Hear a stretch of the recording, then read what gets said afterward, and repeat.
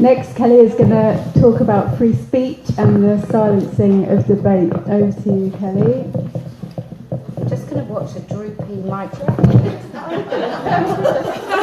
Happens a lot these days. Right, so, George Orwell, he said there was truth and there was untruth, and if you clung to the truth even against the whole world, you were not mad. Now, my litmus test lately is this question: does my 11-year-old daughter have the right to go into a female changing room and not see an adult penis? You may be shocked to know that the automatic answer is not, of course she does. Apparently this means my daughter is a bigot and a pervert for looking at genitals. Perhaps I've raised her to be transphobic.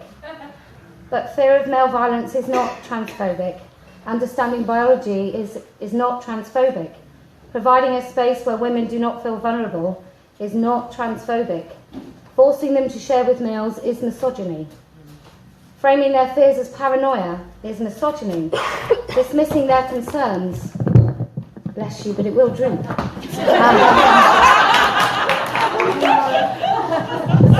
Sorry.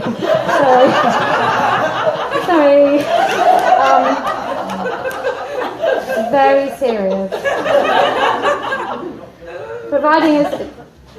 Forcing them to share. Dismissing their concerns is misogyny. Using silencing language is misogyny. Using dehumanising terms like TERF to facilitate violent language and actions against us is misogyny. Burn the witch, die in a fire, kill all TERFs. Would you kindly suck my womanly dick, TERF? All TERFs deserve to be shot in the head. Somebody slap this TERF cunt in the face. I want to fuck up some TERFs. That's Tara. Girl dick, TERFs can choke on mine. Enjoy my lady dick in your mouth, cunt wipe. Imagine if 20 people had punched TERFs. Imagine if every TERF had left bruised and bloodied. Everyone would just stop organising. That was Ada Cable, who was Tara Flickwood's friend. Make no mistake, this is terrorism. I hope you all followed the story. I hope you followed Maria McLachlan's story, who was assaulted by Tara Flickwood, a man found guilty of a violent offence. He had told everyone on social media that he wanted to fuck up some TERFs. Maria was instructed by the judge during the trial to use the pronoun she. So let me say that again. The victim, female victim of an assault, was told to use she pronouns for the man who assaulted her. And in summing up, because she didn't comply, the judge refused her compensation. Does my 11-year-old daughter have the right to go in a female changing room and not see an adult penis? In Ireland, women do not have power over their own reproduction. In China, in a rural village, often after the birth of a girl is a splash of a bucket as she's drowned. In Afghanistan, females don't even have a name in death. They're only referred to by their relationship to men, someone's daughter, someone's wife, the mother of someone's children. In India, there are more than 63 million missing girls, largely due to sex-selective abortions. But also, in the family home, the boys are more important. They suffer less malnutrition. In some countries, girls are forced into marriage as children. Countries include the Yemen, Pakistan, India, and the USA. And in UK in 2018, we have thousands of girls who are victims of grooming gangs, raped, beaten, and abused. Now, these victims are not selected because they play with dolls or because they speak in soft, hushed voices. They are not chosen because they like housework or they fantasize about shaving their fucking legs. They were not chosen because they like lipstick or kittens. They were chosen because they're female. They are hated because they're female. They were killed, raped, beaten, ignored, perpetually impregnated and silenced because they are female.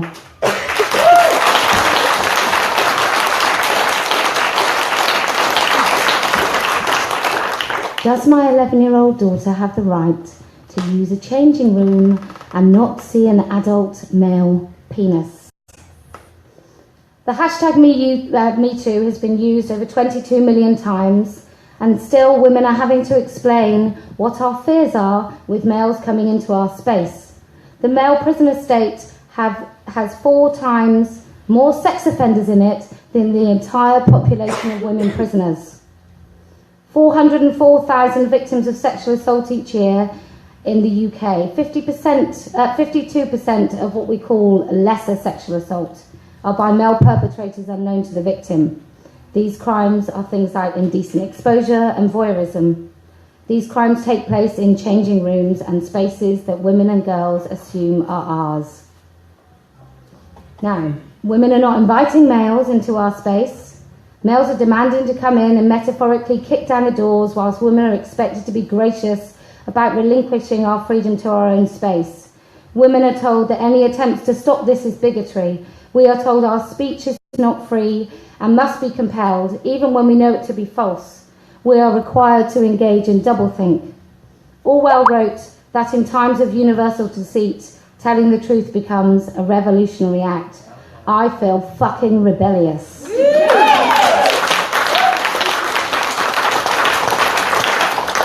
Now, in February of this year, the day before my son was 16, I had an interview with the West Yorkshire Police.